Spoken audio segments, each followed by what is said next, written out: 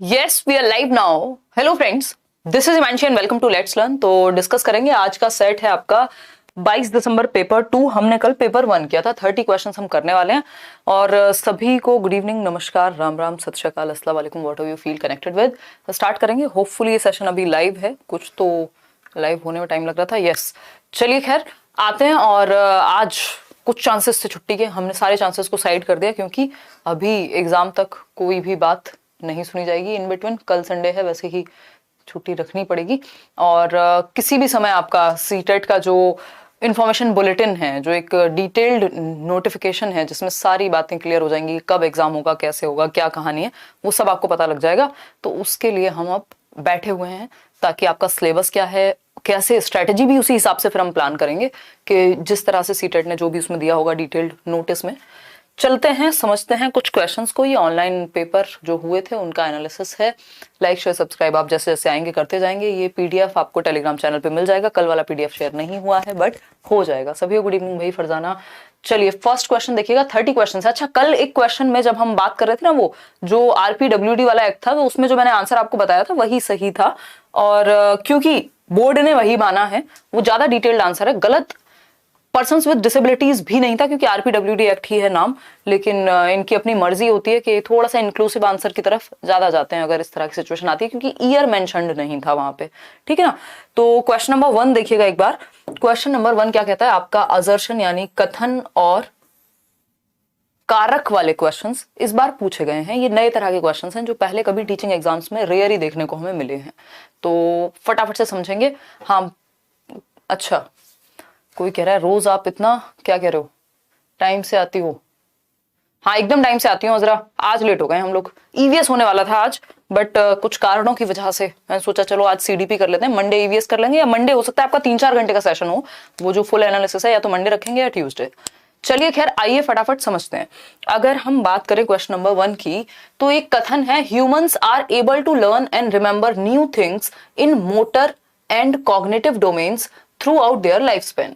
यानी मानव अपने पूरे जीवन काल के दौरान गत्यात्मक और संज्ञानात्मक क्षेत्रों में नई चीजें सीखने और स्मरण रखने के योग्य है। यानी जो व्यक्ति का जीवन है तो वो मोटर स्किल्स भी सीख सकता है अपने टाइम के साथ। आप कोई स्पोर्ट्स, मान लीजिए आपको 20 की उम्र में आपने कभी लॉन टेनिस नहीं खेला, आपका मन किया 35 में सीख सकते हैं, तो मोटर स्किल्स भी आप टाइम के साथ सीख सकते हैं एज अ ह्यूमन बीइंग। और कॉग्निटिव डोमेन्स में भी, यानी आप अपनी संज्ञान को, अपनी समझ को, कुछ लोग होते हैं ना जिन्हें इंटरेस्ट होता है पढ़ने में, सीखने में, जानने में, तो वो एज के साथ भी चीजें सीख रहे हैं, अपने आप को फिलॉसफी पढ़ रहे हैं, साइकोलॉजी पढ़ रहे हैं, जरूरत नहीं है फिर भी पढ़ रहे हैं, है ना। मेरे जैसे भी हो सकते हैं कुछ इस तरह के लोग। तो अगर हम बात करें, देख रहे हो तारीफ कर रही हूं, गत्यात्मक और संज्ञानात्मक क्षेत्रों में हम क्या कर सकते हैं? Throughout our life span काम कर सकते हैं, सीखते रह सकते हैं। ये ह्यूमंस में एबिलिटी होती है। बात तो सही लग रही है सुनने में। इसका रीजन क्या दिया है? Outcome of a severely deprived childhood can be easily changed in later years. एक गंभीर रूप से पीड़ित बचपन के परिणामों को बाद के वर्षों में आसानी से बदला जा सकता है। मतलब ये पहले जो स्टेटमेंट था, जो कि बहुत अच्छी बात थी, इन्होंने क्या कहा? इन्होंने कहा कि भैया व्यक्ति जो ह्यूमंस हैं वो एबल हैं, उनमें वो क्षमता है कि वो जीवन भर सीखते रह सकते हैं, चाहे वो फिजिकल स्किल्स की बात करें या मोटर स्किल्स की बात करें या कॉग्निटिव यानी संज्ञानात्मक पक्ष, दिमाग की बात करें, वो डेवलप करते रह सकते हैं। लेकिन इसका मतलब ये बिल्कुल भी नहीं है, इसका रीजन ये नहीं है कि अगर बचपन के एक्सपीरियंसेस बच्चे के खराब हो गए हैं, एक डेप्राइव्ड चाइल्डहुड है, तो उसका जो रिजल्ट है वो बाद में ठीक किया जा सकता है। अगर बच्चे को बचपन में माल न्यूट्रिशन का शिकार हो गया, वो मतलब कुपोषण का शिकार हो गया, कोई बीमारी हो गई, कोई घटना घट गई बचपन में, या कोई और चाइल्ड अब्यूज का शिकार हो गया, तो वो जीवन भर उसका पीछा नहीं छोड़ेगी। वो चीज इतना इजी नहीं होता उसको टैकल करना, और बहुत सारे केसेस में उसको ठीक भी नहीं किया जा सकता। तो हम ये नहीं कह सकते कि जो आपके अर्ली ईयर्स के एक्सपीरियंसेस हैं, जो बच्चे का बचपन है बेसिकली, वो बहुत ही जरूरी है 10, 12, 15 साल तक, तो वो बहुत ज्यादा जरूरी है। अर्ली ईयर्स उसके आगे तक काम आएंगे, वो बेस का काम करेंगे। तो हम यहां ये बिल्कुल नहीं कह सकते कि जो बचपन में डेप्राइव्ड है जिस चीज के लिए वो चीज बाद में आसानी से ठीक की जा सकती है। अगर किसी को कोई बीमारी हो गई बचपन में, ठीक से दवाई ना मिलने के कारण, खाना ना मिलने के कारण, अच्छा माहौल ना मिलने के कारण, तो बेस खराब हो गया ना, बेस बाद में कैसे ठीक होगा? तो ये बात फॉल्स है, गलत है। ठीक, ये बात सही थी कि हम में सीखने की क्षमता है हमेशा के लिए, हमेशा तक हम सीख सकते हैं। लेकिन इसका मतलब ये थोड़ी है भैया बीमारी हो गई कोई, तो है ना, कैंसर आज हुआ है और इलाज कराएंगे जब आप दुनिया से चले जाएंगे, तो वो वाला काम नहीं हो सकता। तो ये ट्रू है, ए ऑप्शन जो ये है असर्शन है, कथन है, वो सही है। इसका कारक या कारण सही नहीं है, तो बोथ ए एंड आर तो नहीं हो सकते, है ना, क्योंकि A is true and R is false, तो C option is the right answer over here. ठीक है, इतनी बात, कोई दिक्कत, कोई परेशानी, कोई दर्द, कोई समस्या बताइए। चलिए खैर आगे बढ़ते हैं, क्वेश्चन नंबर 2 पर चलेंगे। क्वेश्चन नंबर 2 देखिएगा। क्वेश्चन नंबर 2 कहता है which principle of development does the following example illustrate. भाई एक एग्जांपल है, इसका क्या मतलब है, विकास के सिद्धांत के बारे में ये जो एग्जांपल गिवन है यहाँ पे, ये क्या कहता है। तो एग्जांपल है the development of a child does not take a straight path, यानी बच्चे का जो विकास है वो रेखा में, सीधी रेखा में नहीं होता, स्ट्रेट पाथ नहीं है, स्ट्रेट लाइन नहीं है, it turns back and fourth, moves forward again, यानी बच्चे का जो विकास है वो ऐसे होगा, है ना, आगे पीछे आगे पीछे आगे पीछे। एक स्टेज में आपके हाथ पैरों की लंबाई, आपके शरीर की लंबाई बढ़ रही है, दूसरी स्टेज में लंबाई रुक गई है, लेकिन आपके अंदर क्षमता या पावर आ रही है, मतलब बैक एंड फोर्थ, आगे जाएगा विकास, फिर पीछे आएगा, कंसोलिडेट करेगा, मजबूती आएगी उसमें, और फिर आगे जाएगा। इसको स्पाइरल डेवलपमेंट का प्रिंसिपल कहते हैं, है ना। इसको क्या कहेंगे, प्रिंसिपल ऑफ यूनिफॉर्मिटी नहीं है, यूनिफॉर्मिटी तो सारी दुनिया में एक जैसी, advancement, yes, principle of spiral advancement, चक्रीय बढ़ोतरी या चक्रीय विकास का या वर्तुलाकार विकास का सिद्धांत कहते हैं। समझेंगे कि नहीं समझेंगे, हम बिल्कुल समझेंगे इस बात को। इस बात को समझने में किसी को भी कोई परेशानी, कोई दर्द, कहीं भी कुछ भी हो तो बता दीजिए। हाँ, हम आज बोले थे आसिफ कि आज ईवीएस कराएंगे, बट हम नहीं करा पा रहे हैं, कोई बात नहीं, मंडे करा देंगे, ठीक है ना, डोंट वरी। अभी चैप्टर्स भी कराने, एक प्लान, जैसे ही इन्फॉर्मेशन बुलेटिन भी आता है तो एक प्लान आपके सामने आ जाएगा कि क्या क्या हम कैसे कैसे करने वाले हैं सीटेट की तैयारी में। ठीक, अभी जो चल रहा है वो सब काम का ही है, ऐसा तो नहीं है ये काम का नहीं करना, तो हमें ये भी है ना, ये सारे सेट्स लगाने ही है, क्योंकि ऑनलाइन जब पेपर आ चुका है इस तरह का। Development is unidirectional, single direction नहीं होती डेवलपमेंट की, याद रखिएगा, मल्टी डायरेक्शनल होता है, बहुआयामी। डिसकंटीन्यूअस नहीं, कॉन्टिन्यूअस माना जाएगा, जब तक प्याजे ना लिखा हो डिसकंटीन्यूअस के साथ नहीं जाएंगे। ठीक, तो B option is the right answer over here. आगे बढ़ेंगे क्वेश्चन नंबर 3 पर। क्वेश्चन नंबर 3 क्या कहता है भाई, समझ लेते हैं एक बार। क्वेश्चन नंबर 3 कहता है many parents demanded a ban on the popular cartoon show Shinchan, यानी बहुत सारे अभिभावकों ने ये डिमांड की कि भैया ये शिनचैन नाम के शो को बंद करो, क्योंकि हमारे बच्चों को बिगाड़ रहा है, उनको गलत व्यवहार सिखा रहा है, और बच्चे घर में भी ऐसे ही बात करते हैं जैसे वो शिनचैन में देख रहे हैं कि शिनचैन कुछ भी करता रहता है, तूफानी बच्चा है, परेशान करता है, बदतमीजी करता है, और ये शिनचैन देख देख करके बच्चे हमारे खराब हो रहे हैं। तो बहुत सारे पेरेंट्स ने ये कंप्लेंट की, और आपने देखा था एक टाइम पे शिनचैन जो है बैन भी हुआ था। ठीक है, कार्टून था, एक शो था, अभी भी आता होगा कहीं ना कहीं। ठीक, as their children were imitating the central characters unruly behaviour, जो सेंट्रल कैरेक्टर था, यानी जो मुख्य, जो उसमें क्या कहेंगे हीरो है एक तरह से उस कार्टून का, शिनचैन, उसके व्यवहार को इमिटेट कर रहे हैं, अनुकरण कर रहे हैं, उसकी नकल कर रहे हैं बहुत सारे बच्चे, कि उसका जो अनुशासनहीन व्यवहार है ना, मेरे को याद नहीं आ रहा एग्जैक्टली, नहीं तो शौर्य होता तो उसको याद रहता है, उसकी लाइंस होती थी शिनचैन की, कुछ जैसी हरकतें वो करता था। तो दिस इलस्ट्रेट्स डैश इज और are an important agency of socialisation, यानी इससे क्या पता लगता है, हमें देख लेते हैं क्या पता लगता है। बहुत से अभिभावकों ने लोकप्रिय कार्टून शो शिनचैन पर प्रतिबंध लगाने की मांग की, क्योंकि उनके बच्चे इस शो के मुख्य पात्र के अनुशासनहीन व्यवहार की नकल करने लगे थे, है ना। वो मम्मी को मिसेस मेहता कह के बोलेगा तो वही बोलेंगे, ठीक, हालांकि वो बाहर का शो था, मिसेस मेहता तो नहीं बोलता था, ठीक है ना। तो उस केस में अगर हम बात करें, अगर हम इस केस में बात करें तो इसका सिंपल सा मतलब है, यह बच्चों के सामाजिकरण, यानी समाज में रहने के जो तौर तरीके हैं उस पर जो प्रभाव है किसका, मीडिया का, है ना, मीडिया का, कि भाई जो वो टीवी में देखते हैं, कार्टून नेटवर्क पे देख रहे हैं, उससे उनको लगता है कि भैया जब शिनचैन बोल सकता है तो हम भी बोल सकते हैं, क्योंकि सामाजिकरण का एक मुख्य कारक है, या कहेंगे इंपॉर्टेंट एजेंट है मीडिया। ये पीयर्स में थोड़ा ना है, शिनचैन उनका साथी थोड़ी है, बराबर में थोड़ी रहता है नेबरहुड में, कोई धर्म और रिलीजन की भी बात नहीं है, मीडिया का संबंध है इससे सीधा सीधा। तो A option is the right answer. Question number हम 4 देखेंगे और जवाब देंगे। क्वेश्चन नंबर 4 देखिएगा, थोड़ा सा ध्यान से आंसर करने की कोशिश कीजिएगा, ठीक है ना, फटाफट से, और जैसे जैसे आप लोग आएंगे लाइक शेयर भी करते रहेंगे। ओके अनु सिंह, धन्यवाद। चलिए खैर आप जवाब दीजिए, फिर हम आगे बढ़ेंगे, फटाफट से आप जवाब दीजिए। कल मुझे गांव जाना है, कल छुट्टी रखेंगे हम, संडे वार तो होगी, अच्छा कल तो संडे ही है वैसे भी, है ना, कल संडे वार तो होगी। एक इंटरव्यू है, बहुत दिन हो गए, कुछ इंटरव्यूज हमारे पास पेंडिंग है, वो आपको कल मिलेगा, एक इंटरव्यू और एक व्लॉग भी हमारे पास रिकॉर्डेड है, देखिएगा। विच of the following statement about progressive education, progressive education child centred education, याद कीजिए जॉन डीवी जिनको हम कह रहे हैं, लर्निंग बाय डूइंग यानी करके सीखने को महत्व देते हैं जॉन डूई। तो ये करके सीखने की जब हम बात कर रहे हैं तो कौन सी एक बात इस बारे में सही है? प्रगतिशील शिक्षण के विषय में बच्चा जहां एक्टिव होगा वही आंसर सही होगा, क्योंकि ये प्रोग्रेसिव एजुकेशन है, आगे बढ़ते हुए शिक्षा है जो समय के साथ बदल रही है, बेहतरी के लिए शिक्षा है। तो पहला ऑप्शन है इट इन्वॉल्व्स लेक्चर मेथड। देखो लेक्चर मेथड चाइल्ड सेंटर्ड नहीं होता और प्रोग्रेसिव एजुकेशन पूरी तरह से चाइल्ड सेंटर्ड है, तो ये आंसर गलत हो गया, क्योंकि लेक्चर मेथड क्या है? Chalk and talk method. Chalk का इस्तेमाल किया, टॉक का इस्तेमाल किया, बच्चे बोर हो रहे हैं सो जाएं, कोई फर्क नहीं पड़ता। तो लेक्चर मेथड वैसे भी बड़े बच्चों के लिए ठीक होता है, वैसे बोरिंग मेथड है एक व्याख्यान विधि। बी ऑप्शन है इट इन्वॉल्व्स इंडिविजुअलाइज्ड लर्निंग, हमने ज्यादातर इसी से पढ़ाई की है हमारे एजुकेशन सिस्टम में। बी ऑप्शन है it involves individualised learning test at the end of the year and ranking. देखो रैंकिंग हो रही है, लास्ट में सिर्फ साल के अंत में टेस्ट लिए जा रहे हैं, ये भी चाइल्ड सेंटर्ड मेथड नहीं है।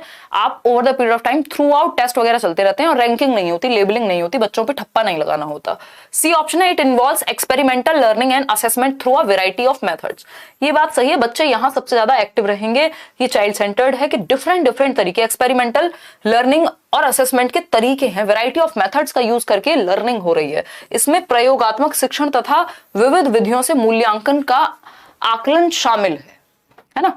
मतलब डिफरेंट तरीके से हम क्या कर रहे हैं? एक्सपेरिमेंट करा रहे हैं बच्चों को, वैरायटी ऑफ मेथड से सिखा रहे हैं, यानी बच्चा एक्टिव होगा, क्योंकि बच्चों में इंडिविजुअल डिफरेंसेस है तो मेथड्स में भी वैरायटी होनी चाहिए। फिर आता है D option, it involves programmed instruction and use of rewards. Reward दे दे के कोई लंबा गेम नहीं चलने वाला, लर्निंग जो है for the sake of learning होनी चाहिए, ना कि रिवॉर्ड के लिए। तो C option is the right answer. आगे बढ़ेंगे, क्वेश्चन नंबर 5 देखिएगा।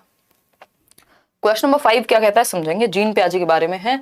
जीन पियाजे proposed the following of sequence of developmental stages, यानी जीन पियाजे ने, या पियाजे जीन, अच्छा उल्टा लिखा हुआ है, वाह, ये ऐसे ही दिया होगा आपके पेपर में भी, ट्रांसलेशन में इनकी महानता रहती ही है। जीन पियाजे ने विकासात्मक अवस्थाओं को किस क्रम में प्रतिपादित किया है? इससे आसान क्वेश्चन दुनिया में बना नहीं है, लड्डू क्वेश्चन है, मिठाई क्वेश्चन है, इसको खा के आप मजे कर सकते हैं। SPCF, some people can't focus, अभी कल परसों भी हमने ये डिस्कस किया था, है ना?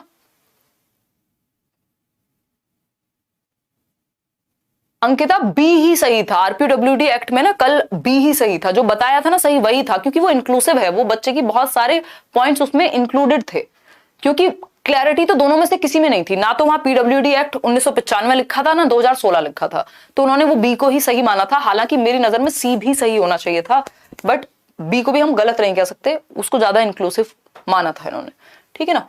तो अगर आप टू द पॉइंट कहेंगे तो सी सही होना चाहिए था, बट पेपर के अकॉर्डिंग बी सही था। चलिएगा, खैर समझते हैं, क्वेश्चन पे आते हैं। हाँ चलिए शोभित समझते हैं। SPCF सिंपल आंसर है sensory motor, pre operational, concrete operational, formal operational. B option is the right answer. संवेदी गामक जन्म से 2 वर्ष, प्री ऑपरेशनल 2 से 7, जिसको पूर्व संक्रियात्मक कहते हैं, कॉन्क्रीट ऑपरेशनल 7 से 11, formal operational 11 years and above, ठीक है ना? तो B option is the right answer. बाकी का सीक्वेंस गलत है, क्योंकि फॉर्मल ऑपरेशनल नहीं, कॉन्क्रीट ऑपरेशनल पहले आएगा, ये सी ऑप्शन में। क्वेश्चन नंबर 6 देखिएगा आप। क्वेश्चन नंबर 6 समझेंगे एक बार। अगर हम बात करें अकॉर्डिंग टू जीन पियाजे, यानी पियाजे के अनुसार, विच of the following questions will be answered only by the children in formal operational stage? 11 साल से ऊपर के बच्चे ही किस एक क्वेश्चन का जवाब दे पाएंगे एज पर जीन पियाजे? बताइएगा फटाफट से, फिर हम आगे बढ़ेंगे। क्या हुआ, पोल गड़बड़ आ रहा है क्या आज? पोल इतना जल्दी क्यों हटा दिया जा रहा है, बताइए, है आखिर क्या मजबूरी है? बताइए बताइए, आप जल्दी जवाब नहीं दे सकते हैं अनुष्का, हैं? फिर भी समझाएंगे, हम इनको डांटेंगे। हमारे यहाँ हम पढ़ाएं कुछ भी, हम डांट के ही समझाते हैं, लेकिन है ना? देखिए एक बार, मजाक कर रही हूँ, आ जाओ एक बार, समझो फटाफट से। देखिए क्वेश्चन नंबर 6 देखिए। अकॉर्डिंग टू जीन पियाजे, which of the following questions will be answered only by the children in formal operational? Raunak ate 11 chocolates, his sister ate twice as many, how many chocolates they both ate in total? ये तो बच्चा जो है, ये 6 साल का बच्चा, 7 साल का बच्चा, 8 साल का बच्चा, ये कॉन्क्रीट ऑपरेशनल में सॉल्व कर देगा। ये बेसिक गणित का सब एडिशन सब्ट्रैक्शन वाला सवाल है। बी ऑप्शन है A is greater than B and B is greater than, concrete operational में ये सॉल्व हो जाएगा 7 से 11 में, तो ये तो हट गया। If A is greater than B, अगर ए बड़ा है किससे, बी से, and B is greater than C, ठीक है। What is the relation between A and C? तो A is greater than B and C both. तो ये क्या हो गया, इसमें थोड़ा सा दिमाग लगेगा। ये क्या है, ये जाएगा फॉर्मल ऑपरेशनल में, क्योंकि रेशो की बात करेगा, है ना। तो यदि A तुलनात्मक रूप से B से बड़ा है और B C से बड़ा है तो A और C का क्या संबंध है, तो इसमें रेशो, प्रोपोर्शन और दुनिया भर की बातें, रिलेशन, ये सब आ जाएगा। हाउ मेनी होल नंबर्स, ये 7 से 11 वर्ष में सॉल्व हो जाएगा। तो आंसर जो है यहाँ पे 7 + 9 कितना होता है, ये तो कोई भी बता ही देगा। तो बी ऑप्शन है जो फॉर्मल ऑपरेशनल स्टेज के अंदर आना चाहिए। चलिए खैर आगे बढ़ते हैं क्वेश्चन नंबर 7 पे। क्वेश्चन नंबर 7 देखिएगा। हालांकि इस तरह के सवाल कई बार कॉन्क्रीट ऑपरेशनल स्टेज में भी सॉल्व कर दिए जाते हैं, कि जो ट्रांसडक्टिव रीजनिंग बोलते हैं इसको, बट यहाँ पे ऑप्शन के अकॉर्डिंग, क्योंकि ये चीज फॉर्मल ऑपरेशनल में गायब नहीं हो जाएगी कि बच्चा ना समझ पाए, ठीक है ना। क्वालिटी अपनी तरफ से इंक्रीज कर लीजिए अगर देखने में समस्या हो रही है। क्वेश्चन नंबर 7 देखिए। अकॉर्डिंग टू लेव वाइगोस्की के अनुसार विच of the following factors influence learning, यानी कौन से वो तत्व हैं जो अधिगम को प्रभावित करते हैं। पहला ऑप्शन है सोशल इंटरेक्शन। देखिए वाइगोस्की की जब बात आती है तो SCL, BPL होता है ना, बिलो पॉवर्टी लाइन, ऐसे हमें SCL याद रखना है जब बात वाइगोस्की की हो। S for society, C for culture, L for language, ये 3 महत्वपूर्ण चीजें हैं एज पर वाइगोस्की। सोसाइटी बोले तो समाज, कल्चर यानी संस्कृति, और लैंग्वेज, ये 3 महत्वपूर्ण चीज हैं जिनके द्वारा वाइगोस्की कहते हैं कि आपकी जो समझ है वो बेहतर होती है। ठीक है बात, कोई दिक्कत नहीं है इस बात को समझने में, कोई समस्या नहीं है, समझेंगे। देखिएगा अगर हम बात करें किसकी, सोशल इंटरेक्शन की सही है, कल्चरल टूल्स की सही है, लैंग्वेज की सही है। रीइंफोर्समेंट की बात किसने की है, स्किनर कर रहे हैं, वाइगोस्की नहीं करते। कंस्ट्रक्टिविस्ट लोग रीइंफोर्समेंट की बात नहीं करते। तो फर्स्ट, सेकंड और थर्ड सही है, यानी C option is the right answer over here. आगे बढ़ेंगे क्वेश्चन नंबर 8 पर, समझेंगे एक बार क्वेश्चन नंबर 8 क्या कहता है। अगेन वाइगोस्की की ही बात हो रही है, देख लेते हैं क्या है। अकॉर्डिंग टू लेव वाइगोस्की के अनुसार when teachers make adjustment in the support extended to the child according to the child's current level. देखो ध्यान रखना, सपोर्ट किसके हिसाब से एक्सटेंड हो रही है, बच्चे के करंट लेवल के हिसाब से, यानी टेम्परेरी हेल्प है। टेम्परेरी हेल्प मतलब स्कैप फोल्डिंग है, यानी मचान है, ठीक। मॉडलिंग, रीइंफोर्समेंट, कंडीशनिंग, ये वाइगोस्की से इनका कोई नाता नहीं है। तो स्कैफोल्डिंग क्या है, कल भी बताया था, जब आप बैट पकड़ रहे हैं और बैट ठीक से नहीं पकड़ पा रहे हैं तो कोई आपको हेल्प करे पकड़ने में कि नहीं इसका ना ऐसे होनी चाहिए इसकी पोजीशन, है ना। आप जिम जा रहे हैं और आपका जो भी ट्रेनर है कोई भी, अगर आप गलत तरीके से कोई एक्सरसाइज कर रहे हैं वो हल्का सा आके हेल्प कर दे कि इसका ना पोस्चर ये होना चाहिए। तो ये क्या है, वो टेम्परेरी हेल्प है, इसी को स्कैफोल्डिंग कहते हैं, कि जहां आप अटक रहे हैं या आपको आपके लेवल को बेहतर करने के लिए आपको हेल्प दी जाती है जहां पे आप अटकते हैं या जहां आपको प्रॉब्लम होती है। समझ पा रहे हैं या नहीं। क्वेश्चन नंबर 6 का हिंदी देखिए। देखो हिंदी में अगर कोई चीज गलत भी है, क्योंकि पेपर में भी वही हिंदी दी हुई होगी इन्होंने, फिर तो इंग्लिश को ही हम फाइनल मानेंगे। ये आपके एग्जाम में सारे लगभग एग्जाम के बोर्ड्स यही बात कहते हैं, ये मैं नहीं कह रही हूँ, ठीक। तो अगर इस तरह की कभी कंफ्यूजन हुआ करे तो समझ जाया करो। क्वेश्चन नंबर 9 पे चलेंगे। क्वेश्चन नंबर 9 क्या कहता है देखते हैं। क्वेश्चन नंबर 9 क्या कहता है, लॉरेंस कोहलबर्ग का क्वेश्चन है। According to Lawrence Kohlberg The child's moral development in stage 3 समझ रहे हैं, good boy good girl orientation, maintaining mutual relation, the golden rule refers to the stage where. Lawrence Kohlberg के अनुसार बच्चों के नैतिक विकास के तीसरे स्तर पर आरंभिक संबंधों को बनाए हुए होता है स्वर्णिम नियम वाले स्तर को कहा गया है। ये इतनी खराब जो ये ट्रांसलेशन है आपके पेपर में एज इट इज आई है ना। और कल कोई पूछ रहा था कि हिंदी और इंग्लिश दोनों में क्वेश्चंस आते हैं। यस, आपके पेपर में हिंदी और इंग्लिश दोनों में क्वेश्चन आते हैं। ऑनलाइन एग्जाम में क्या होता है, आपको वो लैंग्वेज चेंज करके देखनी पड़ती है, ऑफलाइन में दोनों तरफ लिखा होता था, तो बस इतना अंतर है, अदरवाइज आते दोनों में है। तो इनकी ट्रांसलेशन शायद इस बार सुधर जाए, पिछली बार इन्होंने खतरनाक ट्रांसलेशन दिया है। क्या आपका स्पेशल बैच है वो सीटेट के लिए उपयोगी है। नगेंद्र, स्पेशल बैच आप सीटेट के लिए मत लीजिए, क्योंकि उसमें बहुत ज्यादा डिटेल में चीजें हैं। सीटेट में इतना सा आता है और स्पेशल बैच में इतना पढ़ाया जाता है ना। तो उस केस में आप स्पेशल बैच को सीटेट के लिए मत लीजिए, बाकी किसी भी एग्जाम के लिए आप ले सकते हो। देखिएगा अगर हम बात करें यहां किस चीज की, क्या वो आज लाइक शेयर करने में कंजूसी। देखिए अगर हम बात करें स्टेज 3 की, जिसको good boy good girl orientation कहते हैं, the child wants to please and help others. सही बात है, बच्चा दूसरों को प्रसन्न रखना चाहता है और उनकी सहायता करना चाहता है, चलो मान लिया। बी ऑप्शन है the child understands the social system is dependent on the performance of one's duties to maintain social order.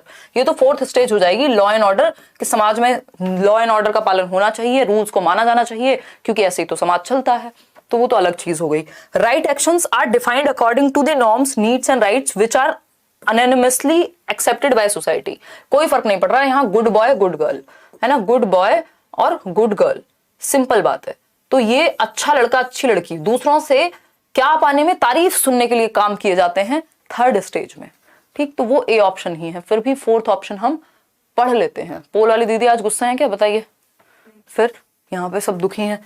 The child not only keep in mind the norms of the society but also the limits to which the universal principles are applicable. ये बात होती है sixth stage की। तो third stage के according सिर्फ A option ही सही है। और बच्चा दूसरों को प्रसन्न रखना और उनकी सहायता करना, वो मतलब दूसरे खुश होंगे, आपके माँ बाप आप पे गौरवान्वित महसूस करेंगे, प्राउड होंगे, इसलिए आप कुछ कर रहे हैं। ये वो वाली मॉरलिटी है जो टीचर्स ये मोटिवेशन देते हैं ना, माँ बाप के लिए कुछ करो, जो कि अच्छी बात है, बुरी बात नहीं है, बट वो good girl good boy orientation है, थर्ड स्टेज है, ठीक है ना। कायदे में आपको होना चाहिए कहीं फिफ्थ सिक्स्थ स्टेज पे, बट जब पेट की भूख नहीं मिटेगी तो बाकी के स्तर बहुत बाद में आते हैं, है ना। चलिएगा, पोर्टफोलियो डिफरेंट चीज है। पोर्टफोलियो में आपकी जो भी अचीवमेंट्स हैं, आपके सारे कच्चे चिट्ठे होते हैं रिकॉर्डेड या फोटोज की फॉर्म में, है ना। और अगर रूब्रिक की बात करें तो रूब्रिक एक सेट फॉर्मेट है, एक स्टैंडर्ड है कि इस स्तर की चीजें बनाई जानी चाहिए। रूब्रिक एक पैमाना हो गया एक तरह का, ठीक है। तो क्वेश्चन नंबर 10 देखिए, हार्वर्ड गार्डनर प्रपोज्ड, और पोर्टफोलियो संग्रह करने वाली फाइल है।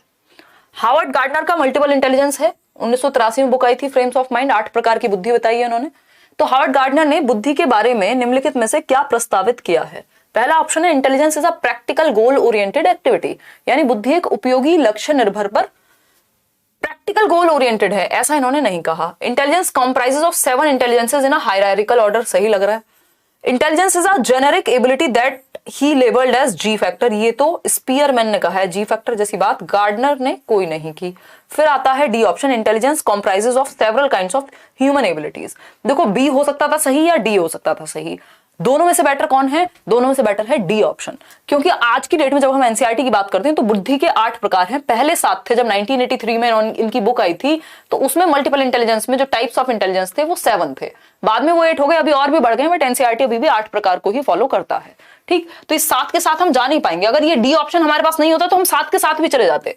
कई बार पेपर में ऐसा हुआ 7 ही दे रहे हैं आज तक, तो वो पुराने थॉट से दे रहे हैं, तो हमें तो भैया सही नंबर से मतलब है, सही उत्तर से, ठीक है ना। तो डी ऑप्शन है, intelligence comprises of several kinds of human abilities. ये बात सही है कि बुद्धि के अंतर्गत कई अलग अलग मानवीय क्षमताएं आती हैं, multiple types several kinds of human abilities आती हैं, यानी कई प्रकार हैं। यहाँ पे इन्होंने नंबर नहीं लिखा, कोई दिक्कत नहीं है। और ये हायरार्किकल नहीं है, ये बात सही है, आप में से शायद कोई समझ भी पा रहा है, ये बात लिखी भी है किसी ने, हायरार्किकल नहीं है, अनुक्रमित नहीं है, है ना। हायरार्की का मतलब है एक दूसरे से ऊपर है, स्टेजेस हैं जिसमें, है ना, कि ये फर्स्ट लेवल है फिर सेकंड है, लेवल के हिसाब से नहीं। उन्होंने 8 इंडिपेंडेंट टाइप्स ऑफ इंटेलिजेंसेस दिए हैं, ये बात बहुत ही अच्छी आपने नोट की। तो D option is the right answer. आगे बढ़ेंगे क्वेश्चन नंबर 11 पर। देखिएगा थोड़े लेंथी क्वेश्चन होते हैं, ईवीएस करेंगे कोई बात नहीं, मंडे करेंगे, या मंडे हो सकता है हम पूरा पेपर ही कर लें जो आपका, बट कल भी मैं पूरे टाइम ऑक्यूपाइड हूं, कल मंडे ईवीएस कर लेंगे और उसके नेक्स्ट डे पूरा एक कंप्लीट 4 घंटे का सेशन लगा लेंगे, ठीक है ना, अनाउंस कर दिया जाएगा। और अगर आप बहुत ही बढ़िया, धन्यवाद, नहीं मैं बिल्कुल बिल्कुल, चलिए समझते हैं चीजों को। Several television commercials depict man and women in stereotypical roles, how should a teacher discuss this issue in her classroom. यानी बहुत से टेलीविजन पे जो आपके कमर्शियल्स आते हैं, विज्ञापन आते हैं, उसमें पुरुष महिलाओं को उनके रूढ़िवादी भूमिकाओं में दर्शाया जाता है। यानी महिलाएं हैं वो किचन में खाना बना रही हैं और पिताजी हैं वो गाड़ी से ऑफिस से आ रहे हैं, तो ये क्या स्टीरियोटिपिकल भूमिका है। ऐसी भूमिकाओं में कई कमर्शियल्स में, कई विज्ञापनों में दिखाया जाता है महिलाओं और पुरुषों को, बात तो ठीक है। How should a teacher discuss this issue in her class. आप एज अ टीचर जो कि जेंडर पैरिटी में यानी लिंग समता में विश्वास रखते हैं, वो इसको कैसे टैकल करेंगे। She should encourage students to accept statements made in television commercials at face value. वह उन्हें उन विज्ञापनों में दिए गए वक्तव्यों को उनके ज्यों के त्यों स्वरूप में स्वीकार करने को प्रोत्साहित करें कि हाँ बेटा ऐसे ही तो होता है, महिलाएं तो खाना ही बनाती हैं घर पे, है ना, या तो वो तो कपड़े ही धोएंगी अगर किसी एक वॉशिंग पाउडर का ऐड है तो, है ना, वो तो ऐसे ही तो करते हैं, यही तो हमारे समाज में ऐसे ही होता है और ऐसे ही करना चाहिए सबको। तो परिवर्तन जीवन में कभी नहीं आएगा, फिर कोई भी परिवर्तन होने का ही नहीं। बी ऑप्शन है she should encourage students to analyse it critically and arrive at a reasoned decision, यानी वह उन्हें इन विशेषज्ञों को आलोचनात्मक विज्ञापनों को आलोचनात्मक दृष्टि से विश्लेषण कर किसी तार्किक निर्णय पर पहुंचने के लिए प्रोत्साहित करे। ये बात सही है कि बच्चा क्रिटिकली हर एक एस्पेक्ट को सोचे कि क्यों भैया किस मेल्स के हाथों में क्या दिक्कत है, वो कपड़े नहीं धुल सकते जो एड में आपको फीमेल्स ही दिखानी थी। हालांकि कुछ एड्स ऐसे भी हैं, अभी अगर आप देखते हैं वॉशिंग पाउडर के एड में महिलाओं के साथ साथ सलमान खान को भी खड़ा कर देंगे, वो बात अलग है, वो कपड़े नहीं धोते वहां पे, वो बस लेके आ जाते हैं बीच में। ठीक, तो ये बात सही लग रही है हमें कि क्रिटिकली सोच पाए बच्चे कि ये काम क्या सिर्फ महिलाओं का ही है ना। सी ऑप्शन है she should encourage students to reach conclusion on the basis of given facts in the commercial। Commercial में कौन से फैक्ट्स हैं? अगर वो स्टीरियोटाइप को बढ़ावा देने वाला विज्ञापन है तो उसमें फैक्ट्स कहां हैं? फैक्ट्स तो देखने को भी नहीं है। फिर है D option, she should encourage students to imitate the behavior of men and women shown in the commercials, यानी वह छात्रों को विज्ञापन में दिए गए पुरुष महिला व्यवहार को अनुकरण के लिए प्रोत्साहित करे कि भाई ऐसे ही होता है हमारे समाज में और यही बिहेवियर तुमको इमिटेट करना है। अगर विज्ञापन में लड़कियों को खाना बनाते हुए दिखाया गया है और पुरुषों को ऑफिस में या टीवी के सामने बैठे हुए दिखाया गया है तो आपको भी ऐसे ही करना है। तो ये सारी बकवास बातें हो गई। एक ही बात सही है यहाँ पे कि आपको एनकरेज करना चाहिए, प्रोत्साहित करना चाहिए बच्चों को टू एनालाइज इट, इसका विश्लेषण करें कि इसके पीछे रीजंस क्या हैं, है ना, और ऐसा होता क्यों है। It critically and arrive at a reasonable decision, कि बच्चा तार्किक, भाई हमें तर्क दिया है ना भगवान ने, एक बुद्धि दी है। जिनकी डेवलप नहीं होती वो मान लेते हैं चीजें, और जिनकी डेवलप हो जाती है थोड़ी वो क्वेश्चन कर लेते हैं। और फिर इन दोनों के बीच में जो लोग होते हैं वो बेचारे लड़ते रहते हैं, उनके पास रीजनिंग भी कम होती है और मानते भी नहीं है वो, तो कोई बात नहीं, बट ऐसी क्रिटिकल थिंकिंग डेवलप होती है। B option is the right answer. आगे बढ़ेंगे क्वेश्चन नंबर 12।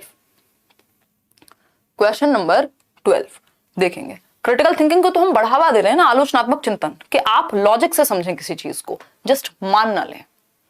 ठीक, क्वेश्चन नंबर 12 देखिए। In the context of cognitive development, in the context of cognitive and language development, संज्ञानात्मक और भाषा विकास के संदर्भ में, who said thought comes first then language, यानी पहले विचार आया और बाद में भाषा आई।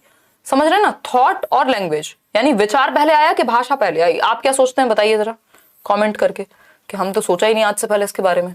थॉट पहले आया कि भाषा पहले आई, विचार या भाषा? और कौन है जो कहता है कि थॉट पहले आता है बाद में भाषा आती है? मतलब जब मुझे इस बॉटल के बारे में कोई बात करनी है तो इस बॉटल को देख के थॉट पहले मेरे दिमाग में आया होगा, भाषा का इस्तेमाल मैंने बाद में किया होगा। या फिर जब मुझे भाषा प्रयोग करनी भी नहीं आती होगी एज अ चाइल्ड, तब भी मेरे को देख करके इस पेन को कुछ तो विचार आया होगा दिमाग में, तो विचार पहले आता है और भाषा बाद में आती है। ऐसा कौन कह रहे हैं? पियाजे कहते हैं। जब हम बोलते भी हैं, मान लीजिए मैं आपसे बात कर रही हूं तो इस दौरान भी मैं पहले कुछ सोच रही होंगी, ये चीज इतनी तेजी से हो रही है कि मैं पहले सोच रही हूँ और फिर बोल रही हूँ, ये मुझे भी नहीं पता कि वो इतना ऑटोमेटेड है। तो ये थॉट पहले आया और विचार बाद में, सॉरी भाषा बाद में, ऐसा पियाजे कहते हैं। इसका उल्टा वाइगॉस्की बिल्कुल नहीं कहते हैं। कई लोग रट लेते हैं कि वाइगॉस्की ने कहा है कि भाषा पहले आई विचार बाद में, ऐसा कुछ नहीं कहा वाइगॉस्की ने। वाइगॉस्की ने कहा शुरुआत में भाषा और विचार इंडिपेंडेंट होते हैं, स्वतंत्र होते हैं, बाद में जाके मर्ज हो जाते हैं। ठीक है ना, तो इनका उल्टा नहीं कहा वाइगॉस्की ने। पियाजे ने कहा भाई thought proceeds language and not only proceeds but also determines it, यानी भाषा का निर्धारण भी करता है थॉट, और इससे पहले तो आता ही है। ऐसा जीन पियाजे कह रहे हैं। ठीक, आगे बढ़ेंगे क्वेश्चन नंबर 13 पर। क्वेश्चन नंबर 13 देखिए, नेशनल एजुकेशन पॉलिसी पे इस बार क्वेश्चन आए ही हैं। देखिएगा एक बार, which of the following statement regarding proposals made by National Education Policy 2020 is not correct. कल मैंने आपको एक छोटा सा होमवर्क कह लीजिए, एक सजेशन वर्क कहेंगे, SW, ठीक, कहा था कि आप नेशनल एजुकेशन पॉलिसी का वीडियो आप देख लीजिएगा, जो कि मैंने ऑलरेडी डिस्कस किया हुआ है। 1-1.5 घंटे का वीडियो है, थोड़ा स्पीड बढ़ा के भी देख सकते हैं, नहीं तो कोशिश कीजिए पढ़ाई के वीडियो जब आप देख रहे हैं तो स्पीड बढ़ा के ना देखें, उनको तसल्ली से दिमाग में उतरने दें, है ना। आप मूवी देख लेते हैं 3 घंटे की तो रोक रोक के देख लीजिए बेशक, लेकिन पढ़ाई का वीडियो भी प्रॉपर जाने दीजिए, दिमाग में बैठने दीजिए उसको। जल्दीबाजी में मत देखिए, जल्दीबाजी में आप देख तो लेंगे, वो दिमाग से कब निकल जाएगा पता भी नहीं लगेगा, है ना। और कोशिश करिए कुछ कुछ पॉइंट्स लिखते भी जाएं। ठीक, तो कौन सी एक बात नेशनल एजुकेशन पॉलिसी के बारे में, राष्ट्रीय शिक्षा नीति 2020 के बारे में सही नहीं है? पहला ऑप्शन है NEP 2020 proposes that a variety of methods and strategies such as group work and role plays be used for assessment। ये बात तो सही है, नेशनल एजुकेशन पॉलिसी ये कहती है कि विभिन्न प्रकार की विधियों का और योजनाओं का प्रयोग किया जाना चाहिए समूह कार्य और भूमिका निर्वहन में, मतलब डिफरेंट तरीके से आप बच्चों को असेस करें, ये बात तो सही है।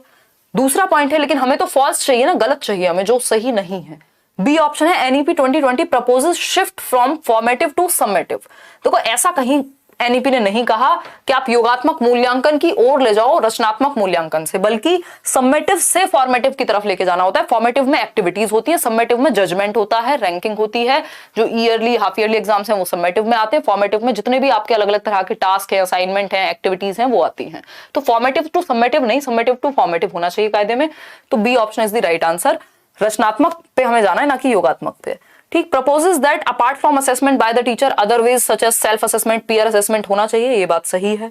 एनईपी 2020 प्रपोज करता है कि रिपोर्ट कार्ड जो है वो प्रोग्रेस होनी चाहिए, कॉग्निटिव, अफेक्टिव, साइकोमोटर यानी होलिस्टिक डेवलपमेंट की बात हो, बच्चे का संज्ञान, शारीरिक और इमोशनल पक्ष शामिल हो, ये बात तो सही है। तीनों बातें सही हैं, एक ही बात गलत है कि ये शिफ्ट चाहती है एनईपी हमारी फॉर्मेटिव से समेटिव में, और क्योंकि ये सही नहीं है इसीलिए सही है, क्योंकि ये गलत है इसीलिए सही है, क्योंकि पूछा ही गलत था। तो आंसर जो है वो बी हो गया, क्योंकि नॉट लिखा हुआ है। क्वेश्चन ध्यान से पढ़िएगा एक बार। आगे बढ़ेंगे क्वेश्चन नंबर हम 14 की तरफ। क्वेश्चन नंबर 14 क्या कहता है समझते हैं। क्वेश्चन नंबर 14 कहता है should terms take slow learners, यानी ये जो टर्म्स है, किसी को स्लो लर्नर कह दिया, किसी को ब्रिलियंट कह दिया, किसी को एवरेज कह दिया, be used to describe students in a classroom, यानी क्या किसी कक्षा में धीमी गति से सीखने वाले बच्चे को कहो तुम स्लो लर्नर हो, है ना, मेधावी कहो कोई अच्छा करे तो, औसत कहो अगर कोई एवरेज बच्चा है तो। शब्दावली विद्यार्थियों का उल्लेख करने के लिए प्रयोग में लानी चाहिए, बताइएगा लानी चाहिए क्या इस तरह की शब्दावली? बच्चों को आप बुला रहे हैं इस नाम से, कह रहे हैं वो तो एवरेज बच्चा है, ये तो मेधावी है, लेबलिंग कहते हैं इसको, है ना, इसको लेबलिंग कहते हैं, लेबल नहीं करना बच्चे को, है ना। कोई कह रहा है आपने कितने चैनल बनाए, नेहा तिवारी गुस्से में कह रही हैं, और नेहा मेरे सिर्फ 2 चैनल हैं, एक पे पढ़ाई होती है लेट्स लर्न जिसपे आप लोग कुछ लगभग 33 लाख लोग जुड़े हुए हैं, और दूसरा चैनल है हिमांशी सिंह जिसपे हम लोग शायद 6 लाख लोग जुड़े हुए हैं, उस पर मैं बहुत कम एक्टिव रहती हूँ, कभी कभार व्लॉग वगैरह आते हैं। इसके अलावा मेरा पर्सनल कोई चैनल नहीं है, वो सारे फैन चैनल्स हैं या फिर अपनी मर्जी से लोगों ने क्रिएट किए हुए हैं। कुछ लोगों ने प्यार मोहब्बत में क्रिएट किए हुए हैं, कुछ लोगों ने अपने फायदे के लिए किए हुए हैं, तो बट वो मेरे चैनल नहीं है, उसके लिए मैं रिस्पॉन्सिबल बिल्कुल नहीं हूँ। तो उस चीज का आप लोग ध्यान रखिए। ये क्वेश्चन बहुत बार पूछा जाता है मेरे से, और कई लोग इधर उधर पैसे वैसे भी दे देते हैं, तो इस बात का ध्यान रखिएगा, ऐसी चीजें होती हैं, ठीक है ना। देखिएगा, अगर हम बात करें तो कौन सा आंसर सही होगा, ये बात बिल्कुल गलत है, हम बच्चे को लेबल नहीं कर सकते, तो ये यस तो होगा ही नहीं। जहां भी यस लिखा है उसको तो हटा ही दो, क्योंकि बच्चे पे ठप्पा नहीं लगा सकते, लेबलिंग कहते हैं इसको। No these terms label children based on ability and are non inclusive. ये क्या है? नॉन इंक्लूसिव है, समावेशी नहीं है, हर बच्चे को साथ लेके चलना है, आपको ठप्पा नहीं लगाना बच्चे पे।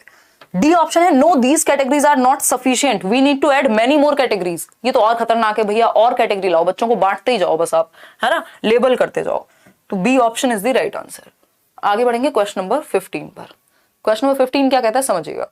क्वेश्चन नंबर 15 कहता है which kind of diversities should a teacher respect. Diversities, किस तरह की विभिन्नताओं को एक टीचर को सम्मान देना चाहिए, इंक्लूडेड इन हर क्लासरूम। एक अध्यापिका को अपने कक्ष में किन विभिन्नताओं को सम्मान देना चाहिए और सम्मिलित करना चाहिए, यानी किस तरह हम सभी विभिन्न हैं।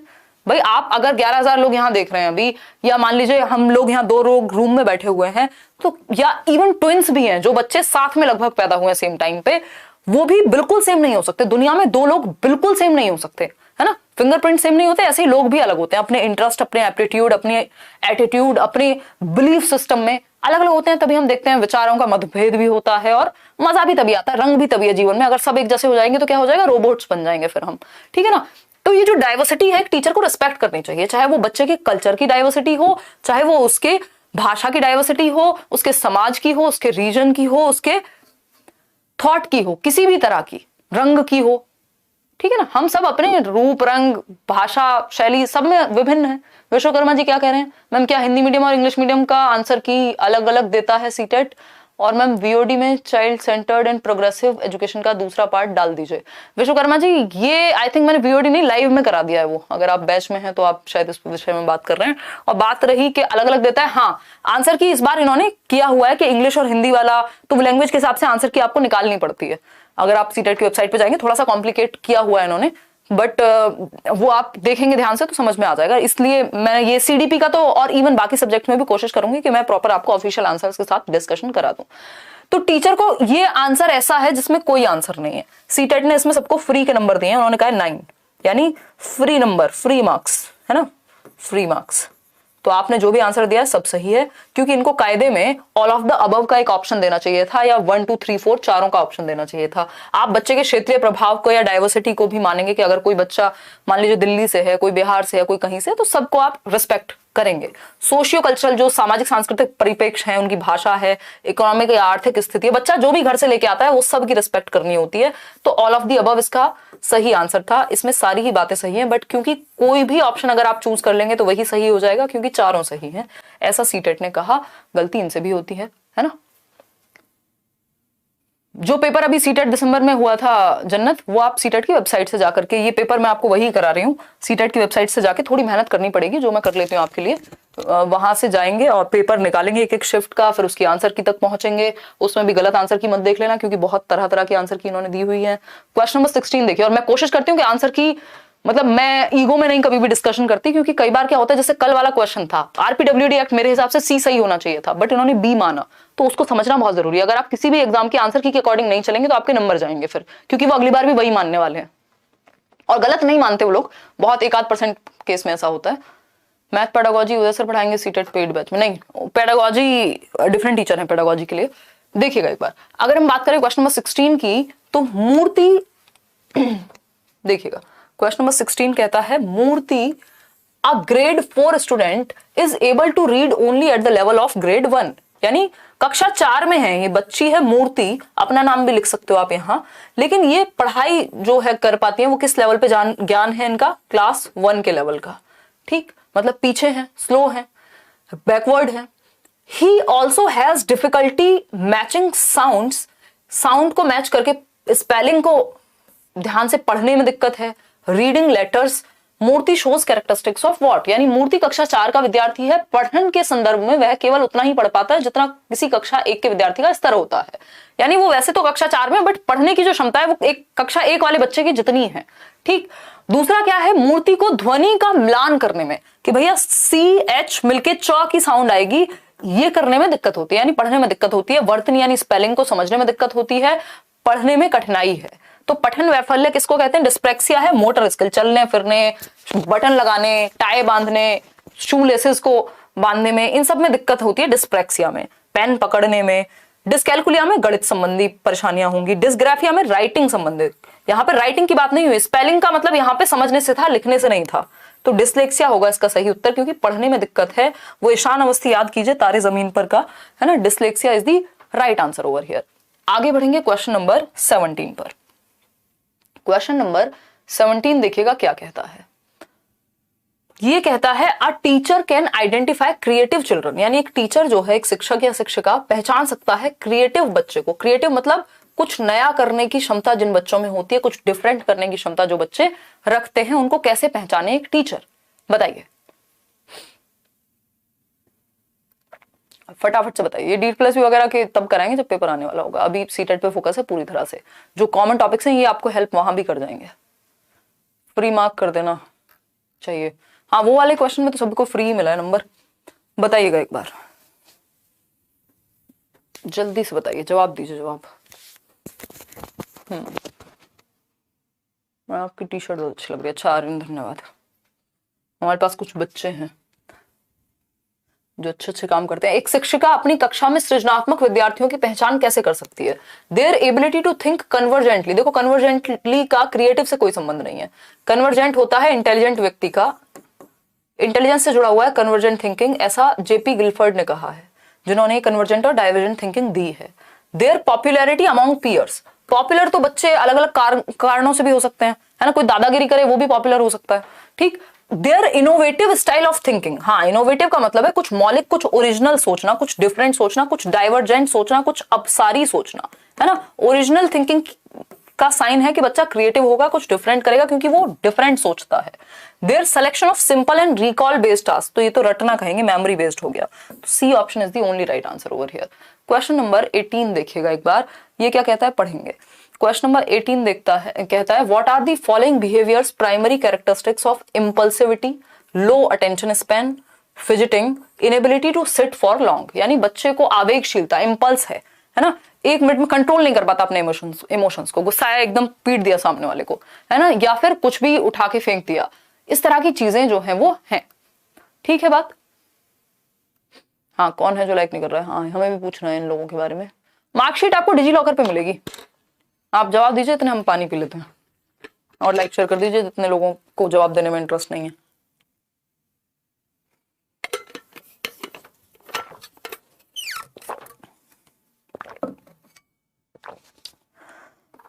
देखिएगा इसको, क्वेश्चन नंबर 18 कह रहा है कि बच्चा इंपल्सिविटी है, यानी वो अपने इंपल्स को कंट्रोल नहीं कर पाता। लो अटेंशन स्पैन, ज्यादा देर तक अटेंशन टिका के नहीं बैठ पाता एक जगह पे, उल्टी सीधी हरकतें या कुछ ना कुछ एक्टिविटी करता रहता है। इसके अलावा अगर हम कहें व्यग्र है, basically inability to sit for long, ज्यादा देर तक टिक के नहीं बैठ पाता, यानी अटेंशन में डेफिसिट है और हाइपर एक्टिव है, यानी एक्टिविटी जरूरत से ज्यादा है। तो C option is the right answer. ये अगर शुरुआत के कुछ सालों में हो तो ठीक है, लेकिन अगर ये 5-7 साल के बाद भी बनी रहे तो प्रॉब्लम है। तो attention deficit hyper activity disorder, अवधान न्यूनता, अतिक्रियाशीलता विकार, ADHD कहते हैं इसको इन शॉर्ट, है ना, कि बच्चे की अटेंशन एक जगह पे वो टिक्का करके नहीं बैठ पाता, अटेंटिव नहीं रह पाता, ज्यादा देर तक नहीं बैठ पाएगा। इसको छोटे छोटे आपको टाइम स्पेन इसके लिए कम करना पड़ेगा, पार्ट्स में डिवाइड करनी पड़ेंगी चीजें, तब जाकर के धीरे धीरे अटेंशन स्पेन इनका बढ़ पाएगा या हम पढ़ा पाएंगे इनको। ठीक है।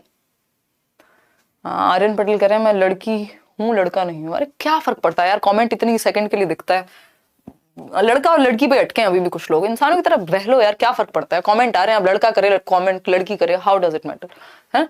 देखो ऑटिज्म की अगर हम बात करें, गिफ्टेडनेस और क्रिएटिविटी, ये ना तो ऑटिज्म का लक्षण है, ऑटिज्म वाला स्टीरियोटिपिकल बिहेवियर करेगा, सोशली चीजों से बचेगा, लेकिन ये इंपल्स वाला या लो अटेंशन स्पैन की जो दिक्कत है वो attention deficit hyper activity disorder से है।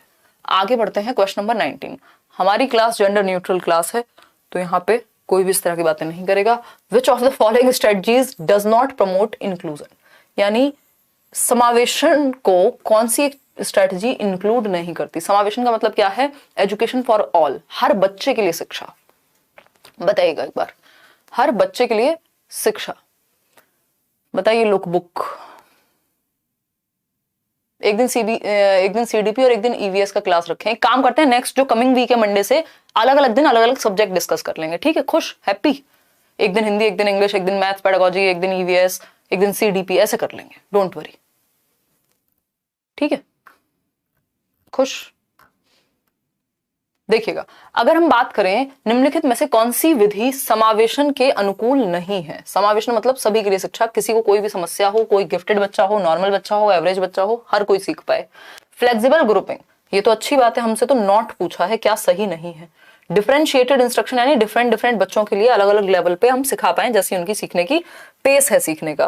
रीजनेबल करिकुलर एकोमोडेशन, यानी बच्चों के अनुसार पाठ्यचर्या बनाई जाए। लेकिन एबिलिटी ग्रुपिंग, कि जो फर्स्ट आने वाले बच्चे हैं उनको एक ग्रुप में डाल दिया और दूसरे जो जिनके मार्क्स कम आ रहे हैं उनको अलग थलग कर दिया, लेबल करने वाली बात है एक तरह से। तो एबिलिटी ग्रुपिंग अच्छी नहीं मानी जाती, अगर करनी भी पड़े तो मिक्स्ड एबिलिटी ग्रुपिंग करनी चाहिए, अलग अलग क्षमता के बच्चे हों जिसमें एक ग्रुप के अंदर।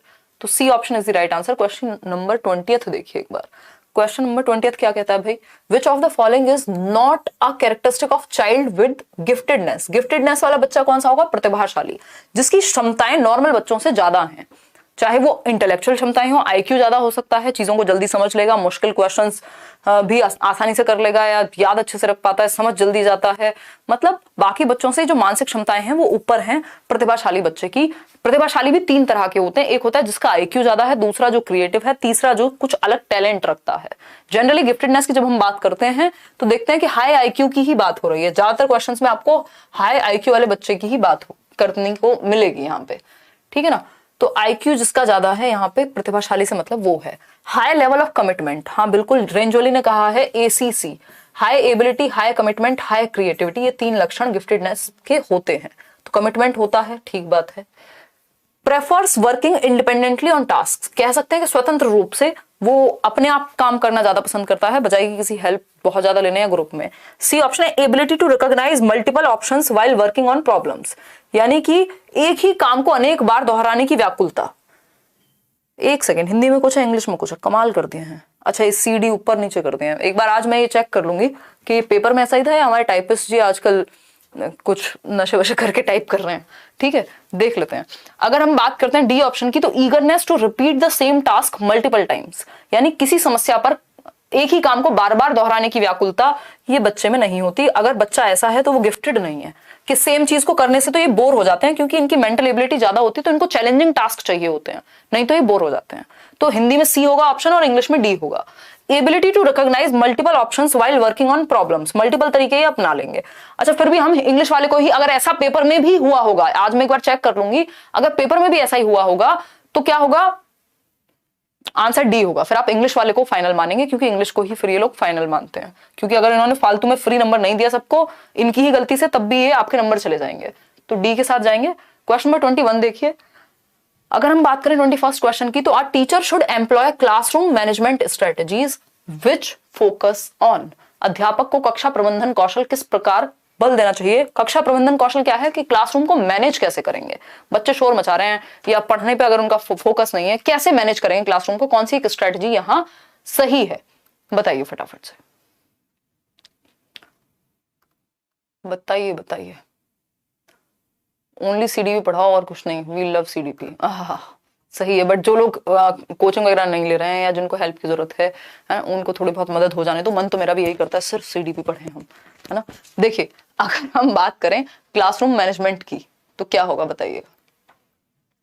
लॉक कर दें डी को, विकास कह रहे हैं। चलिए विकास, देखिए, controlling the class through rigid rules, rigid rules बिल्कुल नहीं अपनाने, फ्लेक्सिबिलिटी का जमाना है, अगर आप फ्लेक्सिबल नहीं है, लचीले नहीं है तो टूट जाएंगे। जो ज्यादा रिजिड होते हैं वो खत्म हो जाते हैं टाइम के साथ, है ना। कुछ चीजों को लेके थोड़े बहुत रिजिड हो सकते हैं आप, जैसे अपने प्रिंसिपल्स हो सकते हैं आपके जीवन के, अदरवाइज रिजिडिटी की जरूरत है नहीं। Expecting same behaviour from all children, हर बच्चे से सेम व्यवहार कैसे भाई, रोबोट्स थोड़ा ना है कि सब एक जैसा ही व्यवहार करेंगे। क्लासरूम मैनेजमेंट का मतलब ये थोड़ी आप हिटलर बन जाएंगे, तो ये क्लासरूम मैनेजमेंट नहीं, कंट्रोल हो जाएगा फिर तो, ठीक। फिर है C option, making students abide to all rules without questioning, यानी बच्चों को कह दो कोई सवाल नहीं करेगा, बोल दिया ना बोल दिया, कह दिया तो कह दिया, शांत रहना है तो शांत रहना है ना। अब सिर्फ शांत रहने ही बच्चा आएगा स्कूल में तो डाउट्स कब क्लियर होंगे, उसको मजा नहीं आएगा सीखने में, तो फायदा क्या है। देखो, क्लासरूम मैनेजमेंट का मतलब ये नहीं कि बच्चों को बस शांत करा देना किसी भी हाल में, ठीक, समझ पा रहे हो।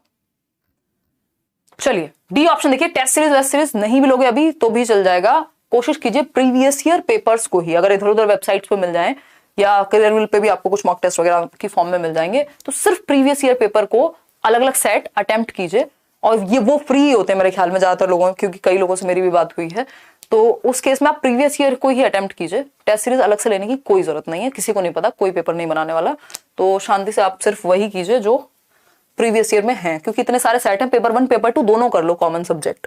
डी ऑप्शन है, giving ample opportunities for self reflection, ये बात एकदम सही है कि अपनी प्रतिक्रियाओं के लिए प्रचुर अवसर देना, अपनी प्रतिक्रियाओं पर प्रकाश डालने के लिए, यानी giving ample opportunities for self reflection, यानी बच्चा खुद का जो बिहेवियर है वो सेल्फ रिफ्लेक्ट कर पाए, कि कहीं ऐसा तो नहीं वो बेवजह क्लास में कई बार इनडिसिप्लिन क्रिएट करता रहता है या प्रॉब्लम्स क्रिएट करता रहता है, खुद के बिहेवियर पे उसका ध्यान ही नहीं है, पढ़ने पे उसका ध्यान ही नहीं है, ठीक है ना। चलिए खैर आगे बढ़ते हैं। क्वेश्चन नंबर 22 देखिए, अगर हम बात करें क्वेश्चन नंबर 22 की, तो ये कहता है which is the most effective strategy to encourage conceptual development, यानी बच्चे के संप्रत्य उसके कॉन्सेप्ट्स अच्छे हों, उसके लिए कौन सी स्ट्रेटेजी सबसे अच्छी है। पहला ऑप्शन है कीप पनिशिंग, बच्चों को दंड देते रहो, तो दंड देना बिल्कुल भी लाजमी नहीं है, एक्सेप्टेबल भी नहीं है। राइट टू एजुकेशन एक्ट जो है, जो आपका शिक्षा का अधिकार अधिनियम है, वो कॉर्पोरल पनिशमेंट को बिल्कुल बिल्कुल बिल्कुल बैन करने की बात करता है। Getting children to forget old concepts and learn, आप बच्चों को मुर्गा या मुर्गी नहीं बना सकते, आप बच्चों को आंखें नहीं दिखा सकते, है ना।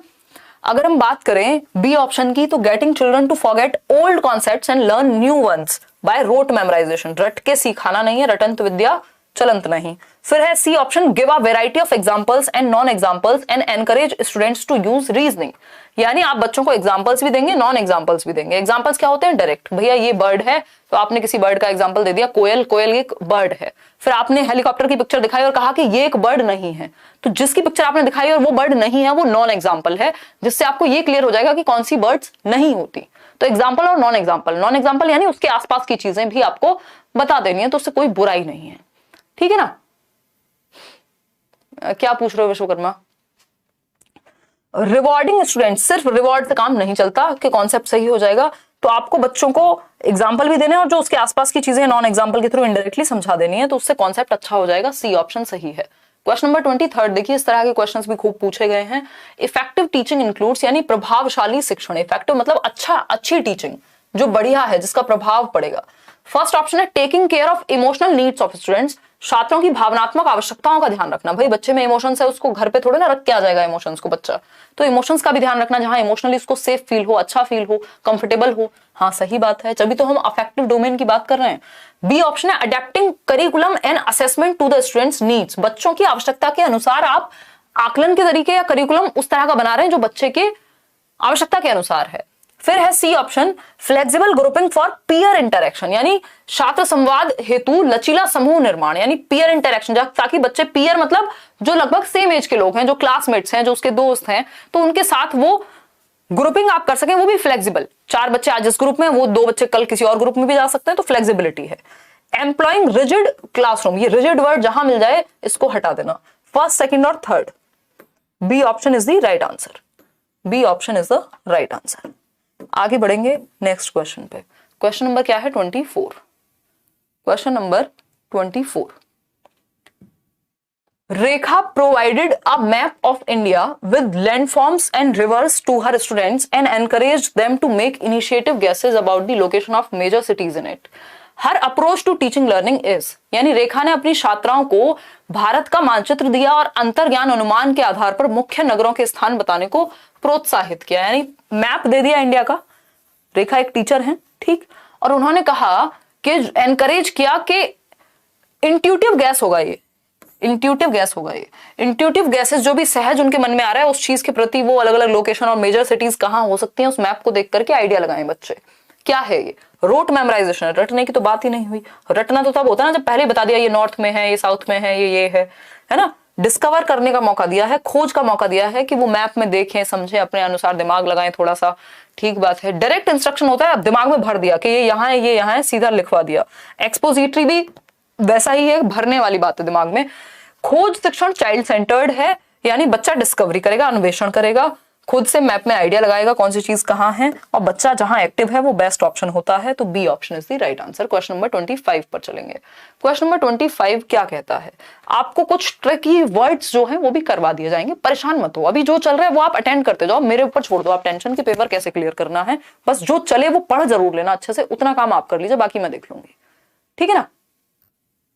देखिएगा एक बार, फटाफट से देखिएगा।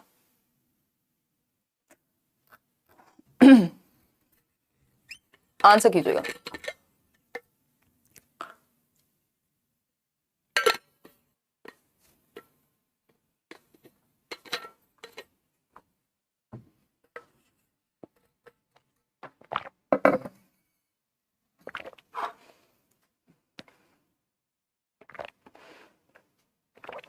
देखिए, अगर हम बात करते हैं किसकी, presentation of a concept and its sub concepts in a hierarchical and interconnected manner is called, यानी किस संप्रत्यय तथा उसके उप संप्रत्यय की अधिक्रम तथा अंतर संबंधित रूप से क्या प्रस्तुति कहलाती है।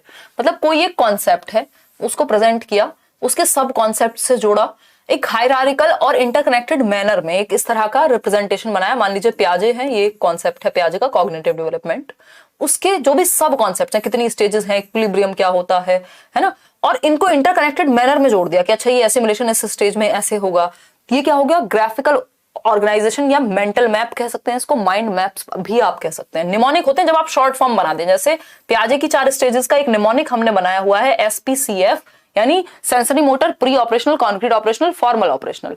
तो ये स्मृति सहायक विधियां कही जाती हैं, याद रखने में आसानी होती है निमोनिक्स से, जो स्ट्रेटेजी मैं और आप लेट्स लर्न पे सालों से अपना रहे हैं, ठीक है ना। शॉर्ट फॉर्म बना लिया हमने, तो ये निमोनिक तो नहीं है, ये प्रॉपर ग्राफिकल रिप्रेजेंटेशन आपने बनाई है। ह्यूरिस्टिक होते हैं फंडे, ये फंडे भी नहीं है।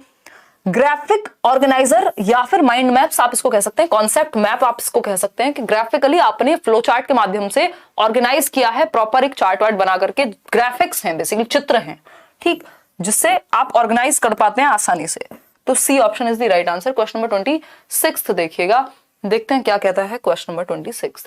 Several educational reports are revealing, ऐसी बहुत सारी रिपोर्ट्स हैं जो ये रिवील कर रही हैं, जो ये बता रही हैं कि जो शिक्षा की कई प्रतिवेदनाएं यह दिखा रही है कि विद्यार्थी प्रत्याशित अधिगम स्तरों से कम प्रदर्शन कर रहे हैं, यानी जिस लेवल पे वो हैं अंडर परफॉर्म कर रहे हैं। बच्चा 6th में है लेकिन आता उसको 4th क्लास का भी नहीं है। द फर्स्ट एसर की रिपोर्ट आई थी एक, और भी इस तरह की बहुत सारी रिपोर्ट्स आती हैं जिनके माध्यम से ये दिखाया जाता है कि भैया जिस स्तर पे बच्चा है, जिस क्लास में है, उसको उस लेवल का आता नहीं है वो उसके अंदर उस लेवल की क्षमता नहीं है जिस क्लास में वो है, बस पास हो गया है।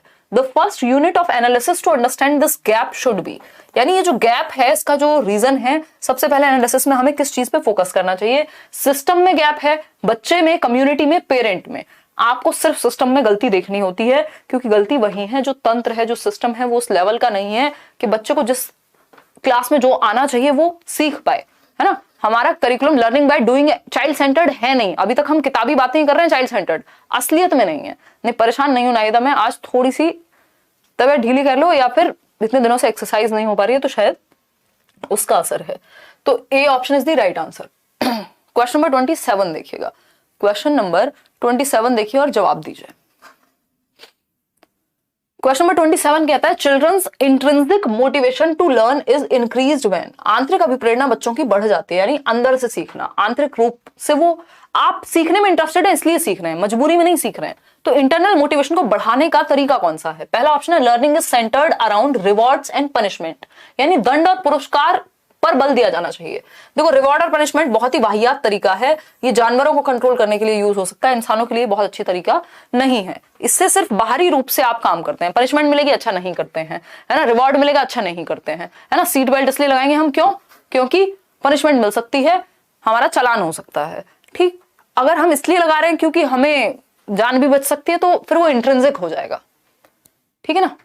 देखिएगा, अगर हम बात करें बी ऑप्शन की, तो learning strategies focus on मियर memorisation and recall, सिर्फ रटने पे और याद रखने पे फोकस करेंगे तो ऐसी स्ट्रेटजीज इंट्रिंसिक नहीं है, बाहरी हैं।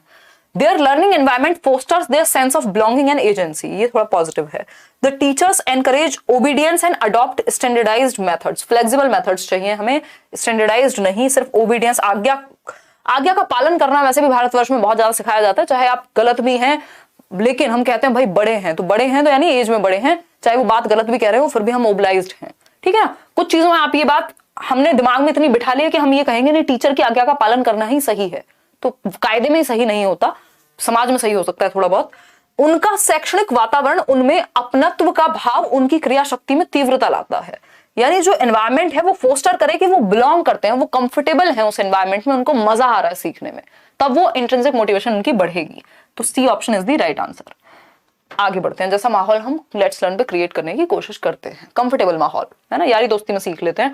क्वेश्चन नंबर 28 देखिए, which emotion would facilitate the process of meaningful learning. दो प्रकार की लर्निंग, एक रोट यानी रटना, और रटने से हमें बचना है। मेमोराइजेशन और रटना ये सब रोट लर्निंग में आते हैं। मीनिंगफुल लर्निंग है दूसरा, यानी अर्थपूर्ण, जिसका कोई मतलब हो, जो आपके जीवन से जुड़ा हो, जो आप एक्टिवली सीख रहे हो, ठीक। तो जहां बच्चा एक्टिव होगा वही मीनिंगफुल लर्निंग है। मीनिंगफुल लर्निंग को बढ़ावा कौन सा इमोशन देगा, कौन सा संवेग आपके अंदर है, जिससे आप रटने की तरफ नहीं बल्कि सीखने की तरफ भागेंगे। तो अगर शेम, भाई आप फेल हो जाएंगे तो 4 लोगों में बेइज्जती होगी, इससे आप रट भी लेंगे, रोट मेमोराइजेशन भी कर लेंगे, क्योंकि आपको पास होने से मतलब है, आपको कुछ आता है नहीं आता कोई फर्क नहीं पड़ता, लेकिन फलाने रिश्तेदार ये कहेंगे तो आप बेचारे याद कर लेते हैं। फियर, डर कि फेल हो गया तो इसमें भी आप रट लेंगे, चाहे आपको इंट्रिंसिक मोटिवेशन हो या ना हो, ये भी एक्सटर्नल मोटिवेशन पे ले जाएगा आपको। होपलेसनेस, अगर आप निराश हो जाएं कि मेरे से तो कुछ हो ही नहीं पाएगा जीवन में, तब भी आप मीनिंगफुल लर्निंग नहीं कर पाएंगे, फिर आप कॉन्सेप्ट को समझने में ध्यान नहीं होगा, आपको बस जान बचानी है अपनी पास होकर के। तो curiosity is the right answer. अगर आप जिज्ञासु हैं, अगर आपके अंदर क्यूरियोसिटी है, तो आप मीनिंगफुल लर्निंग करेंगे कि भैया ये प्याजे आखिर ऐसा कह क्यों रहे थे, इनको जानूं तो सही, आप एक्स्ट्रा भी पढ़ लेंगे। क्यों? क्योंकि क्यूरियोसिटी है। हालांकि आप अभी ऐसे सिस्टम में उलझे हुए हैं एग्जाम के कि आप बहुत ज्यादा पढ़ेंगे तो आपके पास समय की कमी होगी, बट हाँ, कॉन्सेप्ट के आसपास या सिलेबस के आसपास आपको पढ़ना चाहिए। मतलब थोड़ा एक्स्ट्रा भी उससे पढ़ लेंगे तो ठीक है, बट बहुत ज्यादा दूर पीएचडी हासिल करने आप अभी नहीं जा सकते, क्योंकि समय आपके पास कम है, ठीक है ना। पीएचडी का मतलब डायरेक्ट पीएचडी नहीं, लिटरल मीनिंग नहीं है। लेट्स लर्न का टी शर्ट चाहिए, मिलेगा एक दिन मिलेगा। क्वेश्चन नंबर 29 देखिए एक बार, असर्शन और रीजनिंग वाला क्वेश्चन है, सेकंड लास्ट क्वेश्चन है आज के लिए। 30 क्वेश्चन होते हैं हमारे पास। कथन और इसका कारक, देखिए कथन पढ़िए फटाफट से, फिर हम आगे बढ़ेंगे। मैम मैं चाहती हूँ कि मेरा सीटेट एग्जाम जनवरी में हो, तो इसके लिए कोई ट्रिक है क्या फॉर्म फिलअप करने की? अंकिता, ऐसा ना ये सब चीजें रखी रह जाती हैं, मतलब ऐसा हम कई बार सोचते हैं कि अच्छा हम बाद में फॉर्म फिल करेंगे तो हमारा शायद बाद में ही नंबर आएगा, और अगर हम पहले करेंगे तो पहले आ जाएगा। ऐसा हो भी सकता है, सच ये पता किसी को भी नहीं है ना। अगर वो शफलिंग का कोई सिस्टम हुआ उनके पास फिर ठीक, तो उस केस में बहुत ज्यादा लेट भी नहीं करना, क्योंकि फिर वो सेंटर मिलने की समस्या है। आप तो फॉर्म भरो यार, आपको पेपर देने से मतलब है, आपका सिलेबस पेपर कुछ दुनिया से अलग तो आ नहीं जाएगा, सिलेबस से ही आना है। ऑनलाइन पेपर पहली बार हो चुका है तो आपको आइडिया भी है। फॉर्म भरो, पेपर देके आओ, बात खत्म। 2-4 दिन बाद भर देना हद से, और क्या, अगर इतना ही डर है तो। मगर बिल्कुल लास्ट में जाके मत भरना फॉर्म, है ना। देखो एक बार, क्योंकि कई बार सर्वर डाउन होता है, फिर अगर सेंटर नहीं मिलेगा तो वो भी एक समस्या, दूर जाओगे बिना मतलब धक्के खाते हुए, तो कोई फायदा तो है नहीं उसका। आपको तो मतलब होना चाहिए, पेपर दो, भरो। कौन सा इसमें मेरिट लगनी है कि बाद में पेपर होगा तो आपको फायदा होगा? मेरिट तो बननी नहीं है। 2-4 नंबर इधर या उधर, हद से हद। देखिए, तो उससे अच्छी तैयारी कर लो अपनी, इस बात पे फोकस करने से अच्छा। कथन क्या है? Teachers must encourage children to share the naive और intuitive theories that they construct. यानी टीचर्स को एनकरेज करना चाहिए कि बच्चों के अंदर जो अंतर्ज्ञान है या नाइव थियोरीज है, कई बार वो सोचते हैं जब ट्रेन चल रही है तो ट्रेन के साथ पेड़ भी चल रहे हैं, या मैं चलता हूं तो मेरे साथ मून यानी चंद्रमा भी चलता है, क्योंकि वो हर जगह जा रहा है। ये इंट्यूटिव थियोरीज हैं, नाइव थियोरीज हैं, बच्चों के मन में आ जाती हैं, है ना। तो इसको शेयर करना चाहिए ताकि इनको क्लियर किया जा सके, साइंटिफिकली सही नहीं होती। रीजन क्या है इसका? All children start off with preconceptions of reality and these conceptions influence their understanding in schools. यानी सभी बच्चे वास्तविकता की पूर्व संकल्पनाओं से आरंभ करते हैं। यानी हर किसी के दिमाग में अपना एक कॉन्सेप्ट होता है चीजों को लेकर के, है ना। जैसे नाइव कॉन्सेप्ट क्या हो सकता है? आपने बॉलीवुड मूवीज देखी और पहली नजर में प्यार हो जाता है, ऐसा कुछ कुछ आपने देख लिया और बचपन से भर लिया दिमाग में कि हम तो ऐसे ही वाला प्यार करेंगे। कई लोग करवा चौथ से लेके पता नहीं क्या क्या करने लगते हैं प्यार मोहब्बत में, ठीक। तो उस केस में ये नाइव थियरी है आपकी, बचपना है आपका, है ना। आपने बचपन में एक कॉन्सेप्ट बना लिया। तो ऐसे कॉन्सेप्ट्स को आप क्या करेंगे? टीचर्स को एनकरेज करना चाहिए कि बच्चे शेयर करें। ये वाला नहीं, प्यार मोहब्बत वाला नहीं, ये जस्ट एक बड़े लोगों को समझने का एक तरीका था।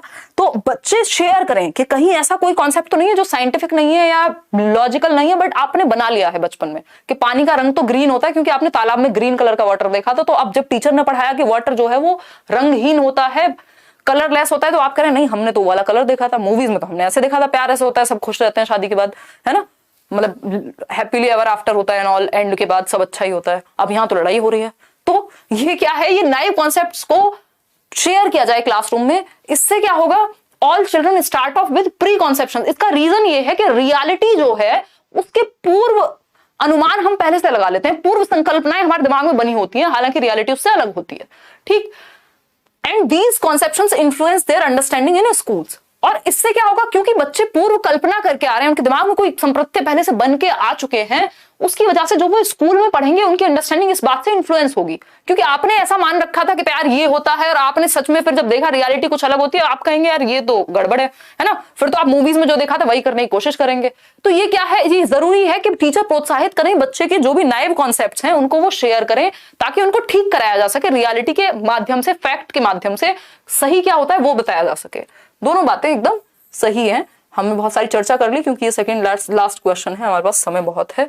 तो ए और आर दोनों सही हैं, क्योंकि आर सही व्याख्या करता है ए की कि भैया इसलिए एनकरेज करो बच्चों को इंट्यूटिव थियरीज या कुछ भी रॉन्ग कॉन्सेप्शन अगर उनके हैं या ऑल्टरनेटिव कॉन्सेप्ट हैं कि वो बताएं क्लासरूम में। उसका रीजन ये है कि हर किसी की अपनी प्री कंसेप्चुअल एक रियलिटी वो जो दिमाग में है और एक जो दुनिया में है, तो वो ठीक हो सके या बैलेंस में आ सके। तो A option is the right answer. आगे बढ़ेंगे। आज के लिए आखिरी सवाल क्या कहता है, लास्ट क्वेश्चन देखिएगा एक बार। मैं सोचा था आज जिम जाऊंगी, बहुत दिन हो गए, बट अब टाइम ज्यादा हो गया है। देखिएगा,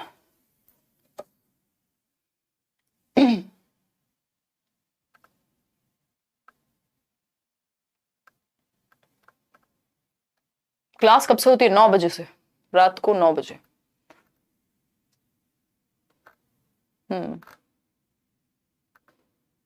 पीडीएफ दीजिए दीदी। रानी तिवारी दे देंगे। कल वाला पीडीएफ आपको दिया था टेलीग्राम पे, आज भी दे देंगे। नहीं, कल वाला नहीं मिला, परसों वाला मिला था आपको। देखिए क्वेश्चन नंबर 30 देखिए, आज के लिए आखिरी सवाल। What tasks should be focused upon in a socio constructivist classroom. यानी सामाजिक संरचनात्मक कक्षा में किस तरह के क्रियाकलापों पर बल देना चाहिए। भाई जहां समाज और संस्कृति के साथ सीख रहे हो बच्चे, कंस्ट्रक्ट कर रहे हो नॉलेज को ग्रुप में, सोशियो कल्चरल का ये तो मतलब हुआ ग्रुप में सीख रहे हो, जहां वाइगॉस्की की बात चल रही है इनडायरेक्टली, है ना। वाइगॉस्की क्या है? सोशियो कंस्ट्रक्टिविस्ट है, ठीक। तो task that are challenging and allow critical thinking, ठीक है। Task that are repetitive and mechanical, नहीं, ये इसमें बच्चा फिर बोर हो जाएगा। Task based on recalling of the context, रटने पे, सिर्फ याद करने पे। Task that do not permit questioning by the child, ऐसे टास्क का क्या फायदा जिसमें बच्चा क्वेश्चन ही ना कर सके, जिसमें क्वेश्चन ही ना कर सके। 9 बजे के अलावा भी क्लास होती है, वो फिर करियर लैब पे होती है। अभी यूट्यूब पे एक ही क्लास चला रहे हैं, धीरे धीरे जैसे ही सीटेट के बैच की क्लासेस वहां खत्म होंगी तो यहाँ एक क्लास बढ़ा देंगे, ठीक है ना। अभी एक ही क्लास है 9 बजे रात को, कोई एक्स्ट्रा बहुत सारी रिकॉर्डेड वीडियोस आपकी लेट्स लर्न पे मिल जाएंगी, इतने उनको देखिए। और 9 बजे वाली क्लास भी अगर आप ठीक से कर रहे हैं इनफ हो जाएगा, है ना, वो फिर करा दी जाएगी। पेपर जैसे जैसे पास आएगा बढ़ा देंगे क्लासेस। देखिए अगर हम बात करें task that are challenging and allow critical thinking, ये बात सही है, बच्चा इसमें सबसे ज्यादा एक्टिव रहेगा कि चैलेंजिंग होंगे और क्रिटिकल थिंकिंग, जिसमें समालोचनात्मक चिंतन, बच्चे को डिफरेंट डिफरेंट तरीके से सोचने पे मजबूर करे जो टास्क, वो कंस्ट्रक्टिविस्ट है, क्योंकि बच्चे का एक्टिव होना जरूरी है। अगर आप सीटेट के बैच में एनरोल करने का विचार अभी भी कर रहे हैं तो आपको कुछ रिकॉर्डेड क्लासेस मिलेंगी और लाइव क्लासेस तो हैं ही। 200 रिकॉर्डेड क्लासेस हैं, बाकी क्लासेस लाइव हैं। इसमें ये बैच है सीटेट का। अभी इसका जो दिवाली ऑफर था वो 30 तारीख तक बढ़ा दिया गया है, ऐसा उदय सर ने आज मुझे बताया, मैं आपको बता रही हूँ, है ना। तो ये 1200 फीस है, पेपर 1 पेपर 2, और दोनों का बैच जो है वो 2200 आई थिंक। तो आप एनरोल कर सकते हैं। जो चैप्टर्स या जिन सब्जेक्ट्स में आपको लगता हो कि कभी पिछली बार आपने पेपर दिया था कहीं अटके थे, तो वो पर्टिकुलर सब्जेक्ट अगर आपको रिकॉर्डेड में भी देखने हैं या लाइव में भी देखने हैं तो वो आप देख पाएंगे। इसके अलावा पेडागोजी स्पेशल उन लोगों के लिए जो आपके घर में आसपास पहले सीटेट कर चुके हैं और डीप में पेडागोजी की तैयारी कर रहे हैं, डीट प्लस बीकेवीएस वगैरह की। सेशन पसंद आया हो लाइक शेयर सब्सक्राइब आप कर दीजिएगा। आउट ऑफ 30 क्वेश्चंस कितने ठीक हुए वो आप बता दीजिएगा। लेट्स लर्न स्क्वाड ये टेलीग्राम चैनल है, किसी और से मत जुड़ जाइएगा, फेक चैनल्स हैं। फिर 5.5 लाख लोग हम लोग टेलीग्राम पे भी जुड़े हुए हैं, तो फेक चैनल से नहीं जुड़ना। नीचे डिस्क्रिप्शन बॉक्स में आपको लिंक भी दिया हुआ है। आउट ऑफ 30 कितने क्वेश्चंस ठीक हुए वो आप बता दीजिएगा। थोड़ी सी थकान आप कह सकते हैं आज थी, बट बाकी चीजें बढ़िया हैं, ठीक है ना। अब हम कब मिलेंगे? अब हम मिलेंगे, क्वेश्चन नंबर 9 समझ नहीं आया, अभी समझा देंगे यार, अभी समझा देंगे। फॉर्म भरते समय तब पेपर पॉसिबल हो, लेट हो, कुछ टाइम और मिल जाए, 2-4 दिन बाद भर देना, शुरुआत में मत भरो, चलो कोई बात नहीं, बाकी ज्यादा लेट मत करना, है ना, 1 हफ्ते बाद भर देना। और बताओ, उसमें भी कोई गारंटी नहीं है, कोई गारंटी नहीं दे सकता कि आपका पेपर बाद में होगा तो उसका यही तरीका बेस्ट है कि आप शुरू में भरेंगे तो सबसे पहले पेपर। ऐसा सीटेट ने तो अनाउंस नहीं किया, ऐसा हम अनुमान लगा सकते हैं। आज तो 4 घंटे होने वाली थी, आज नहीं होने वाली थी 4 घंटे। अच्छा, पूरा नेट बचा के रखा था। अरे यार आई अंडरस्टैंड। एक काम करूंगी, मैं आपको पहले से बता दूंगी, या तो मंडे होगी 4 घंटे क्लास या फिर ट्यूसडे होगी, क्योंकि ये नेट वाला चक्कर है, मैं भूल जाती हूँ। तो एक काम करते हैं, या तो मंडे 4 घंटे क्लास होगी या होगी ट्यूसडे। ये मैं कल कंफर्म कर दूंगी आपको, संडे को, संडे वार्ता में। ये 8 बजे से लगभग 11 बजे तक 3-4 घंटे की क्लास आपकी हो जाएगी, क्योंकि वो पूरा 150 नंबर का पेपर हम एनालाइज करेंगे, ठीक। मंडे या ट्यूसडे में से एक दिन होगी, तो जहां तक कोशिश करेंगे मंडे ही कर लें। चलिए, ध्यान रखिए अपना, take care, bye bye, good night, कल मिलेंगे। कोई और बात हो आप कमेंट करके पूछ लीजिएगा। Thank you so much. हल्का सा हेडेक है, बट अब छुट्टी करने का समय बचा नहीं है। कल मुझे गांव जाना है, आई मीन बुलंदशहर जाना है। आप में से कोई जा रहा हो तो मिल लेना, मजाक कर रही हूँ, मैं बहुत जल्दी में जाऊंगी और जल्दी में आऊंगी, ठीक है। चलो खैर, पेडागोजी कब से स्टार्ट करेंगे? आप पे करेंगे जल्दी शोभित। आज एक बार उदय सर आ जाए, फिर हम बात कर लेंगे, वो अपने घर गए हुए हैं एमपी। 28 आउट ऑफ 30, चलिए बहुत बढ़िया। आज के लिए इतना ही रखें, फिर bye bye, tata, good night. Notes भी मिल जाएंगे मंडे तक, मंडे को जहां तक सीडीपी के नोट्स आपको मिल जाने चाहिए। कोई कह रहा है आज तक मेरा नाम नहीं लिया, क्या रखा है नाम में, पढ़ लो, मिल के ले लेंगे नाम आपका। ले लिया आपका, तरन्नुम जहां, नाम ले लिया तरन्नुम। अब कभी भी शिकायत मत करना, ठीक है ना। चलो।